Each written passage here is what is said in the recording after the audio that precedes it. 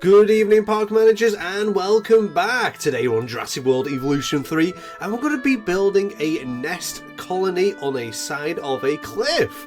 Now, there is a little thing I'll go into detail about this, because this is it's a nice, easy build. I wanted it to be simple, but I wanted it to look nice, and then we kind of just add some like extra decorations in at the end. Now, for nesting like flying reptiles on cliff sides, we actually have no fossilized evidence of that, and there's a good reason. To be a fossil, you have to be quite quickly covered, and it's not something that's really going to happen on a cliffside. So technically it is very much like a speculative behaviour, and we see it a lot in documentaries and books and drawings of all these cliffside colonies, and there is a good chance it was a possible thing, but the only like nesting sites we found of pterosaurs have been on like mud flats or flat areas on the side of rivers and lakes and things like this, where it's, you know, kind of soft, it's kind of gentle, especially with the eggs being fairly soft as well. They would have been a lot easier to break, kind of a bit like a turtle egg, you know, a little bit like that in a sense. But anyways, we're going through it anyways, because, you know, what doesn't look better than like a cliffside nesting colony? So we've made ourselves an ocean. We did put a beach around it because I wasn't doing the water all the way to the edges, as it can get a little bit messy. So I was sort of like, you know what, we'll just do a beach all the way around the edges. It gives them a place to walk as well, and just looks kind of interesting. Obviously this build isn't in a zoo. I just really wanted to make this cliffside and see if I could make it fit, make it look nice. Obviously it won't have to worry behind it because there's going to be no visible guest area there. If you really wanted to, you could build like a whole sort of staff station kind of behind there, away from like, you know, secret doors so they can get into the ledges, clean out the nest areas, and, you know, sometimes they won't always let like parents look after the eggs. Obviously there's risks that the egg could roll off and get damaged, so, you know, what you could do really, if we're going to think of the realism side of things, have all these little entrances where keepers can get to these nesting areas and then can go and take the eggs, replace them with fake eggs, so then the keepers can raise those eggs. And that is a practice that is done in zoos where they won't let the parents raise the eggs. 9 times out of 10 they will, but there's some species or new time parents, they tend to take the eggs, so there's reduce the risk, but they give them a fake egg so they can carry on acting on those sort of more natural behaviours. So I made these nests with the upside down desert bush. I always forget the name of this bush. It looks really nice for nesting or bedding areas, and I thought, you know what, we'll do that with this. I was kind of thinking maybe add a few sticks, but the logs are too big.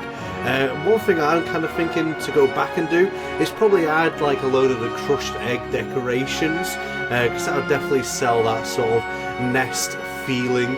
And then I use this kind of like it's a cracked concrete decal. If you make it completely white, it looks like looks like that. It looks like fecal matter, and I thought it's just a nice touch to the nest. But yeah, I kind of might go back to do those crushed eggs. Now, they won't be like eggs that have like failed, there would be eggs that have already hatched and they're from last year. We do have like evidence of nests that some of the flying reptiles, when they make their nesting ground, they come back to it year after year after year. And there is a little bit of evidence of that, so it's something that could support this. And obviously this is an enclosure, so they're coming back to this year after year. They live here. They're not going anywhere else. But honestly, I thought it was like a little neat feature, just adding like poo. I wish I could do more. When you look at birdside colonies, sometimes like the cliffside is like white compared to the rest of the stone because there is so much of it. There's a proper name for this and I've already forgotten. It's like Gorna or something like that. The build-up of this like fecal matter. And I was already, as you can see here, I was already struggling trying to get it to line up, to look nice on the rock, so it didn't look like it was floating, it didn't look weird, so I didn't go absolutely crazy, because otherwise I would have. I might do something similar again, and when I make the nest, I'm going to find like the flattest rock and use that as the main rock where I hide the perches, because you have completely glossed over it, I was busy talking about other things, but you hide the perches under the rock. and you have it so they only slightly appear up, and then that means the reptiles will fly over and they will land on the perch, not the rock. But because it's slightly in the rock, it looks like they're in the rock, and then I just cleaned it up, hided it with that nesting material. Obviously you can make it a little bit lower, but it looks a bit weird. Some of your flying reptile kind of disappears in the rock, so it kind of makes sense that it slightly disappears in a nest over the rock. And then I just made the bottom look really jagged with like tons of loads of little rocks, and I was like, it's a little bit open out here, so we'll just add this lone pillar with a load of little jagged rocks at the bottom just to give it a little bit more vibe. I was going for less is more with this one. I didn't want like tons of plants everywhere. I didn't want like absolute rocks covering the whole thing. That's why I left the beach pretty naked.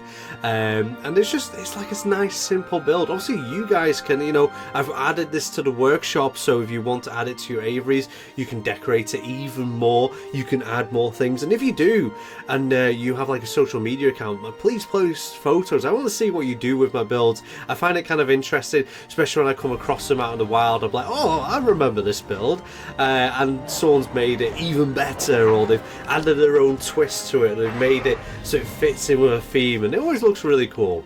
Anyways, my chosen creature was Tropiognathus. It looks really cool with this white and like red skin at the end of its beak. It kind of makes me think of seagulls, and that's why I chose it.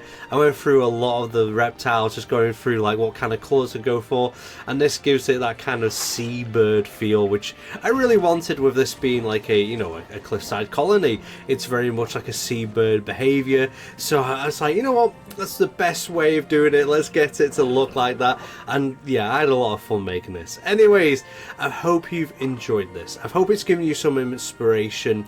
Let me know in the comments, is there anything you'd like to see me try and build within the aviaries? Obviously on the workshop, this is a functioning nest. It actually has a single nest in there, and you will have to raise the ground at the bottom so the nest sits on that ground, because obviously the nests in the aviaries, you can't actually move them freely. They stay on the ground. But yeah, if you want to see me build anything in aviaries, let me know. Give me any suggestions. What would you change to this to make it your perfect cliffside colony? For me, I'm very happy with this. I enjoy the look of it as a nice aesthetic. It's simple. The rock is also biome changing. I didn't pick like a certain biome rock, because I feel like a good cliffside rock for me would probably be the temperate rocks. They look great, but like I said, I wanted it so it can, you know, you place it, it fits wherever you want to. Anyways, thank you for watching. Until next time, I'll see you later.